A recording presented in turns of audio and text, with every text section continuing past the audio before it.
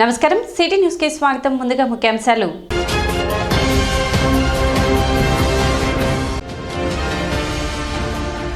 పట్టణంలో ఘనంగా భోగి పండుగ వేడుకలు. భోగి మంటలతో సంబరాలు జరుపుకున్న పట్టణ ప్రజలు.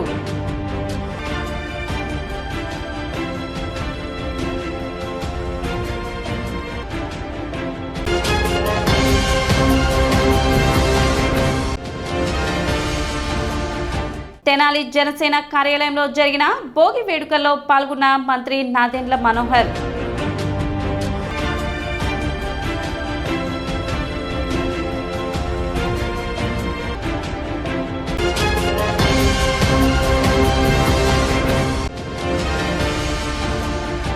అన్ని రంగాల్లో ముందుండే కమ్మవారిని మరింత ముందుకు తీసుకువెళ్లడమే కేజీఎఫ్ లక్ష్యం. అధ్యక్షులు జెట్టి కుసుమకుమార్.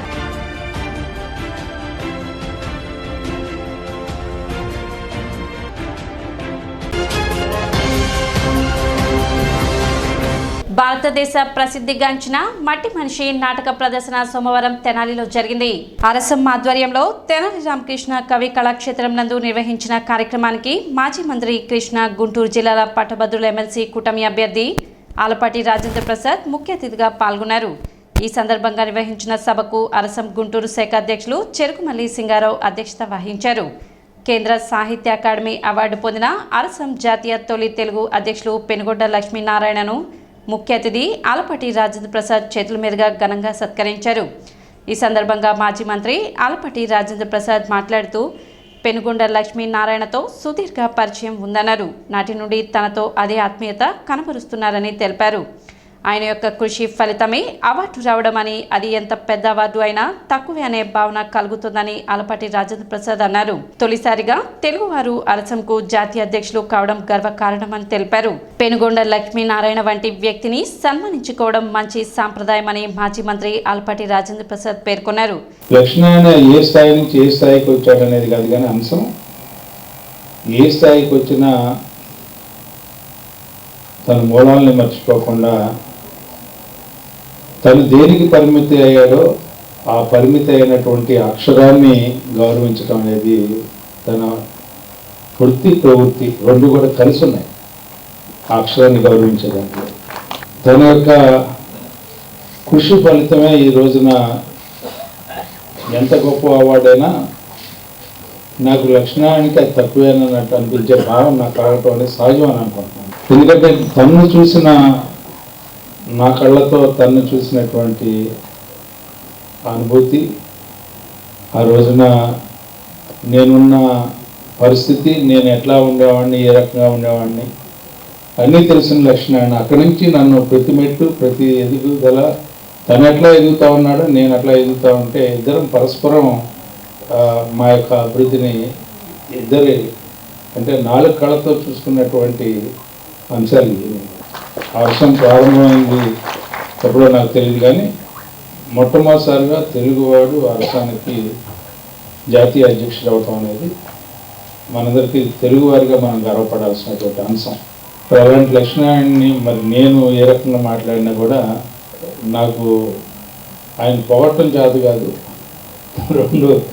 ఇంకోటి ఏంటంటే సాహిత్యపరంగా, రచనాపరంగా, మరి న్యాయవాదిగా ఈ రోజున ఎక్కడున్నా మన లక్ష్మీనారాయణ అనిపించుకునే స్వభావం కలిగినటువంటి అలాంటి జీవనాన్ని గడుపుతూ అందరి మనిషి, అందరి మనల్ని పొందుతూ అందరితో మనవాడు అని చెప్పుకునేలాగా ఎదిగినటువంటి లక్ష్మీనారాయణ గారిని మనం గౌరవించుకోవడంలో అది ఒక మంచి సాంప్రదాయానికి నాంది పలికినట్టుగా, మరి ముఖ్యంగా ఈ ప్రాంతం నేటికి కూడా ఇది కవులకి, రచయితలకి, నాటకాలకి అన్నిటికీ కూడా ఈ రోజుకి కూడా ఈ యొక్క పట్టణం అన్ని రంగాల్లో కూడా ముందున్న పట్టణంగా నేను భావిస్తాను. అదేవిధంగా సన్మాన గ్రహీత పెనుగొండ లక్ష్మీనారాయణ ప్రసంగించారు. మనిషి అంటే పెనుగొండలాగా ఉండాలి. నిజంగా అన్నయ్య, మీకు ఈ అవార్డు వచ్చినందుకు చాలా గర్వంగా ఉన్నాను. అలాగే ఇప్పుడు చూడబోతున్న నాటకం మట్టి మనిషి ఒక ప్రయోగం చేద్దామని చెప్పేసి టిక్కెట్లు పెట్టారు. చూసారా, థియేటర్ కెట్ట ఆగిపోతుంది.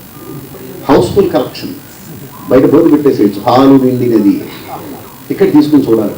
నాటకానికి గౌరవం. దయచేసి ఇక నుంచి టికెట్లు పెట్టినప్పుడల్లా టికెట్ తీసుకుని చూద్దాం. నాటకాన్ని గౌరవం, డబ్బులు గౌరవం. ఎంత తృప్తిగా ఉంటుందో తెలుసా అండి, ఒక హక్కుగా చూద్దాం. అలాగే నాటకం చూసేటప్పుడు ఫోన్లు సైలెంట్లో పెట్టుకుందాం. నేను బిజీగానే ఉంటాను, నాకు ఫోన్లు వస్తూ ఉంటాయి, కానీ సైలెంట్గానే పెడతాను. నేను నాటకం చూసేటప్పుడు ఫోన్లు వస్తే నేను మాట్లాడాను. అంతగా అర్జెంట్ కాల్స్ ఉన్నాయి, బయటికి వెళ్ళి మాట్లాడుకోవచ్చు. కార్యక్రమంలో అలసం రాష్ట్ర ఉపాధ్యక్షులు సుప్రసిద్ధ సినీ రచయిత బుర్రా సాయి మాధవ్, టీడీపీ రాష్ట్ర వాణిజ్య విభాగాధికార ప్రతినిధి ఈదర వెంకట పూర్ణచంద్ కనపర్తి బెన్హర్ పలువురు కళాకారులు పాల్గొన్నారు. అనంతరం ఆంధ్రప్రదేశ్ అభ్యుదయ రచయితల సంఘం రాష్ట్ర ప్రధాన కార్యదర్శి వల్లూరి శివప్రసాద్ రచించిన మట్టి మనిషి నాటక ప్రదర్శన ఆహుతులను అలరించింది. కళాకారులు, కళాభిమానులు తదితరులు పాల్గొన్నారు. గుంటూరు సీమ సాహిత్య చరిత్ర 2 ముద్రణలు కాదు, తెలుగులో సంకలనాలు, స్థూల పరిశీలన కథానికలు, అరాజకీయం 46 కవితలు.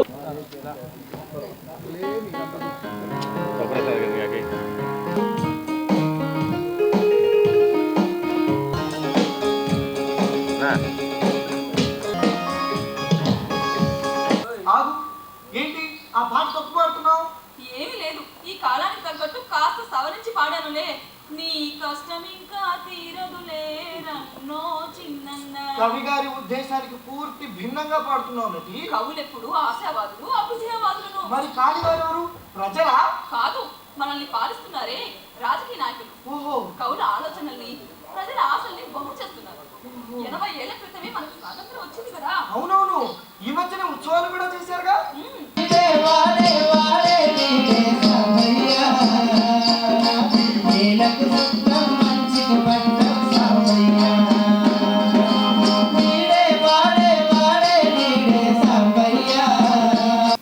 ఈ లోపల నేను ఉన్నట్టు అనుకోని మీరు పని సాగించండి. గడ్డి పరకు కూడా గడ్డు దాటి పక్క చెవులో పడకూడదు.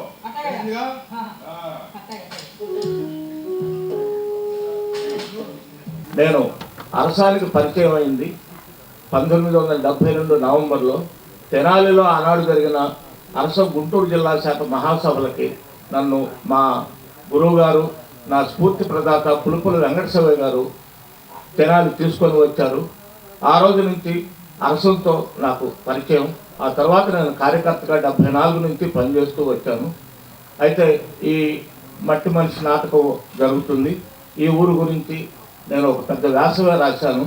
తెనాలి ఓ కళా సముద్రం అని చలం చెప్పిన మాటను తీసుకొని ఒక సుదీర్ఘమైన వ్యాసం రాశాను. అది నిస్సింహ మాసపత్రికలో ఓ సంవత్సరం క్రితం వచ్చయింది. మళ్ళీ ఆ వ్యాసం పునర్ముద్రణ కూడా కాబోతుంది. కనుపర్తి వరలక్ష్మి గారు 1930 ప్రాంతాల్లో ఒక కథ రాశారు. ఆ కథలో ఏమన్నారు అని అంటే, ఆ గుంటూరు, ఆ ఊరు, ఈ ఊర్లలో మీరు ఎన్ని నాటకాలు అయినా 100 రూపాయలకు మించి కలెక్షన్ కాదు, అదే మా తెనాలిలోనైతేనా 1000 రూపాయలు వస్తాయని చెప్పి ఆమె రాశారు ఆ కథ. అది నేను ఆమె పేరుతో కథా సంకలనాన్ని మా అరసం ప్రచురించింది. దానికి నేనే సంపాదకుడిగా ఉండి ఆ కథను కూడా ఎంపిక చేశాను. మహాతల్లి వాసిరెడ్డి ఆమె రచించినటువంటి నవల మొత్తం భారతదేశంలో ఎన్ని భాషలు ఉన్నాయి అన్ని భాషల్లో అది ట్రాన్స్లేషన్ అయ్యి ఒక గొప్ప భారతదేశంలోనే ఒక 13వ అత్యంత అద్భుత నవలగా పేరుగాంచినటువంటి మట్టి మనిషిని 50 మంది కళాకారులు ఈరోజు మనం ప్రదర్శిస్తూ ఉన్నాం. మరో విషయం ఏంటంటే, తెలుగువాడి నిలువెత్తు సంతకం అఖిల భారత అభ్యుదయ సంఘం అధ్యక్షుడిగా తొలిసారిగా అరసం పుట్టి 80 ఏళ్ళు దాటిన తర్వాత కూడా ఒకే ఒక్కడు డాక్టర్ పెనుగొండ లక్ష్మీనారాయణ అన్నగారు తెలుగు సాహిత్య సాంస్కృతిక రంగానికి దశాబ్దాలుగా విశేషమైన సేవలు చేసినటువంటి వ్యక్తి. ఒక అరసం కార్యకర్తగా ప్రారంభమై వాళ్ళ కేంద్ర సాహిత్య అకాడమీ అవార్డు అందుకోవడంతో పాటు ఈ నెల 18వ తేదీ తెనాలి మండలం కట్టెవరం గ్రామంలో విజయవాడ తూర్పు నియోజకవర్గం మాజీ ఎమ్మెల్యే స్వర్గీయ వంగవీటి మోహన్ రంగా విగ్రహావిష్కరణ నిర్వహించనున్నారు.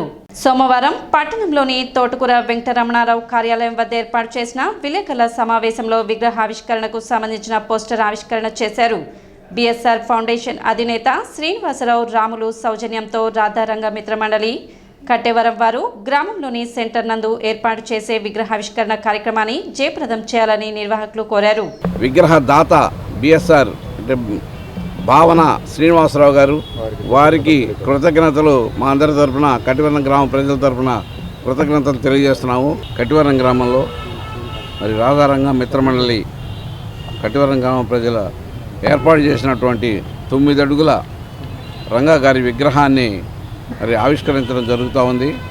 ఆ ఆవిష్కరణ కార్యక్రమానికి తెనాలి నియోజకవర్గ శాసనసభ్యులు అలాగే పౌర సరఫరాల శాఖ మంత్రి మనోహర్ గారు, అలాగే మరొక మంత్రివర్యులు కందుల దుర్గేష్ గారు, అలాగే మరి ఇక్కడ కేంద్ర మంత్రి పెమ్మసాని చంద్రశేఖర్ గారు, అలాగే మాజీ మంత్రివర్యులు ఆలపాటి రాజేంద్ర ప్రసాద్ గారు, ఇంకా మరి రంగా గారి కుమారుడు రాధాకృష్ణ అందరూ ముఖ్య అతిథులుగా పాల్గొంటున్నారు. సమావేశంలో తోటకూర రమణారావు, తోట పానకాలరావు, సోమరావుతు సతీష్, కాండ్రెడ్డి రాంబాబు, నాగం వెంకటేశ్వరరావు, హరిదాసు, గౌరీశంకర్, పసుపులేటి కిరణ్, తన్నీరు శ్రీనివాసరావు, ఎర్రు వెంకయ్య తదితరులు పాల్గొన్నారు. 2025వ సంవత్సరం ఈ నెల తెనాలి మండలం కటివరం గ్రామంలో రాధారంగ మిత్ర మండలి ఆధ్వర్యంలో విజయవాడ తూర్పు నియోజకవర్గ శాసనసభ్యులు దివంగత నేత కాపుల ఆశాజ్యోతి స్వర్గీయ వంగవీటి మోహన్ రంగారావు గారి 9 అడుగుల విగ్రహావిష్కరణ కార్యక్రమం మరి గ్రామ ప్రజలు రాధారంగ మిత్రమండలి తరపున ఏర్పాటు చేయడం జరిగింది. మరి ఈ కార్యక్రమంలో ముఖ్య అతిథులుగా మరి రాష్ట్ర ఆహార పౌర సరఫరాల శాఖ మంత్రివర్యులు శ్రీ నాదెండ్ల మనోహర్ గారు, అలాగే వంగవీటి మోహన్ రంగారావు గారి తనయుడు మరి కాపుల ఆశాజ్యోతి యువనాయకుడైనటువంటి వంగవీటి రాధాకృష్ణ గారు, అలాగే కేంద్ర గ్రామీణాభివృద్ధి శాఖ మంత్రివర్యులు శ్రీ పెమ్మసాని శేఖర్ గారు, అలాగే మరి మాజీ శాసనసభ్యులు ఆలపాటి రాజేంద్ర ప్రసాద్ గారు, సినిమాటోగ్రఫీ మంత్రివర్యులు శ్రీ కందుల దుర్గేష్ గారు, అలాగే టీడీపీ, బీజేపీ, జనసేన పార్టీ ఇలా అతిరథ మహారథ నాయకులందరూ కూడా ఈ వంగవీటి మోహన్ రంగారావు గారి విగ్రహావిష్కరణ కార్యక్రమంలో పాల్గొంటున్నారు. ఉదయం 10 గంటలకు శ్రీ రంగా గారి విగ్రహావిష్కరణ జరుగుతుంది. ఈ విగ్రహావిష్కరణకు మూల పురుషులు బిఎస్ఆర్ ఫౌండేషన్ శ్రీనివాసరావు గారు, బిఎస్ఆర్ రాము గారు, వారి ప్రోత్సాహం వల్ల ఈ కార్యక్రమం ఏర్పాటు చేయడం జరిగింది.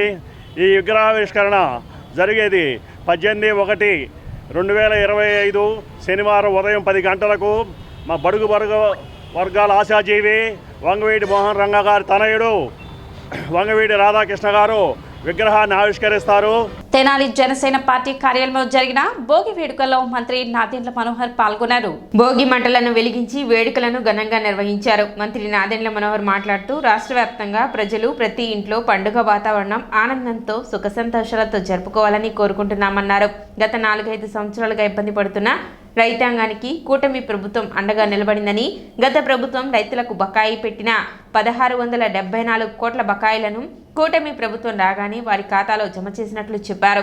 రైతుల వద్ద ధాన్యం కొనుగోలు చేసిన 24 గంటల్లోపే వారి ఖాతాల్లో నగదు జమ చేయడం ద్వారా ముందుగానే సంక్రాంతి వచ్చిందన్న భావన రైతులు వ్యక్తం చేస్తున్నట్లు తెలిపారు. 6,830 కోట్ల రూపాయల ధాన్యం కొనుగోలు చేయడమే కాక 94% రైతుల ఖాతాల్లో నగదు చెల్లించామని మంత్రి నాదెండ్ల మనోహర్ చెప్పారు. గుంటూరు జిల్లాలో గత ప్రభుత్వం కేవలం 4,000 మెట్రిక్ టన్నులు కొనుగోలు చేస్తే కూటమి ప్రభుత్వం సుమారు 70,000 మెట్రిక్ టన్నులు కొనుగోలు చేశామని పేర్కొన్నారు. రాబోయే 4 ఏళ్లలో రైతాంగం అద్భుతంగా ఉంటారని, వారికి అండగా నిలబడతామని అన్నారు.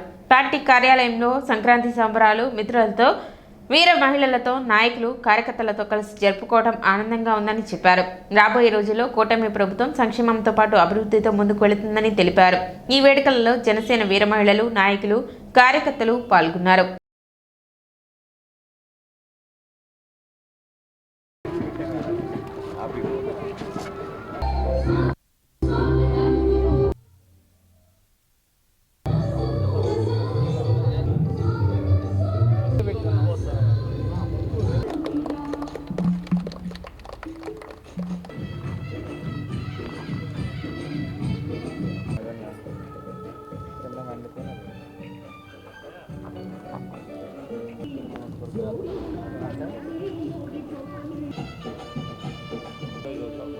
మధ్యాహ్నం నుంచి వెళ్దాం.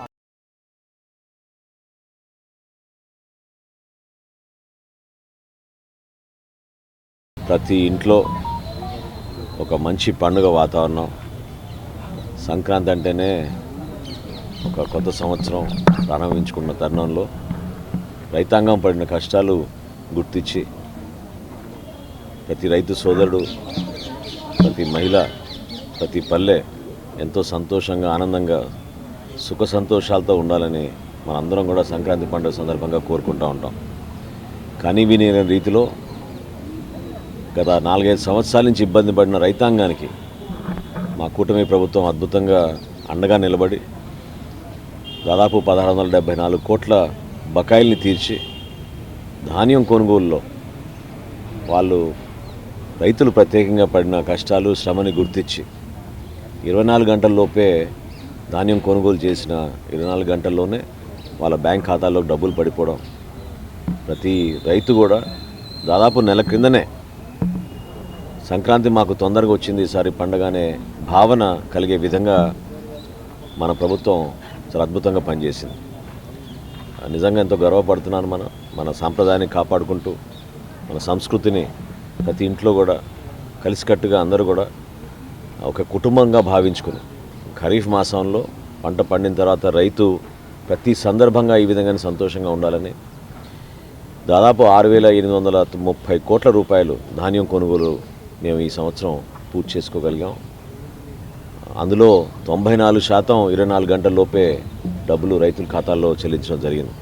ప్రత్యేకంగా గుంటూరు జిల్లాలో గత ప్రభుత్వం కేవలం 4,000 మెట్రిక్ టన్నులు కొనుగోలు చేస్తే మన ప్రభుత్వం సుమారు 70,000 మెట్రిక్ టన్నులు కొనుగోలు చేయడం అనేది చాలా అద్భుతమైన కార్యక్రమం. సో వీటన్నిటినీ ఆధారం చేసుకుని రాష్ట్రంలో ఉన్న రైతులందరికీ ఒక మంచి పండుగ వాతావరణం ముందుగానే గౌరవ ముఖ్యమంత్రి గారు చంద్రబాబు నాయుడు గారు, గౌరవ ఉప ముఖ్యమంత్రి గారు పవన్ కళ్యాణ్ గారి నాయకత్వంలో మన ప్రభుత్వం అద్భుతంగా రైతాంగానికి నిలబడి ప్రత్యేకంగా ఆ శాఖకి నేను మంత్రిగా వ్యవహరిస్తున్న సందర్భంలో ప్రజలు గతంలో పడిన కష్టాలకి ఇప్పుడున్న ఆనందానికి ప్రతి పండుగ కూడా ఈ విధంగానే ఉంటుంది. రాబోయే 5 సంవత్సరాల్లో రైతులు ఎంతో సంతోషంగా ఉండాలని, మన ప్రాంతం ఇంకా అభివృద్ధి జరగాలని తెనాలి నియోజకవర్గంలో ఈరోజు చక్కగా పార్టీ కార్యాలయంలో చక్కటి సంక్రాంతి సంబరాలు ప్రారంభించుకుంటూ భోగి మంటలు వేసుకుని అందరం కలిసిమెలిసి ఈ వాతావరణంలోనే ఇటువంటి అభివృద్ధి బాటలోనే మనందరం నడవాలని మనస్ఫూర్తిగా ప్రేక్షకులందరికీ, మన ప్రజలందరికీ సంక్రాంతి శుభాకాంక్షలు. ఇప్పుడు ఒక చిన్న విరామం.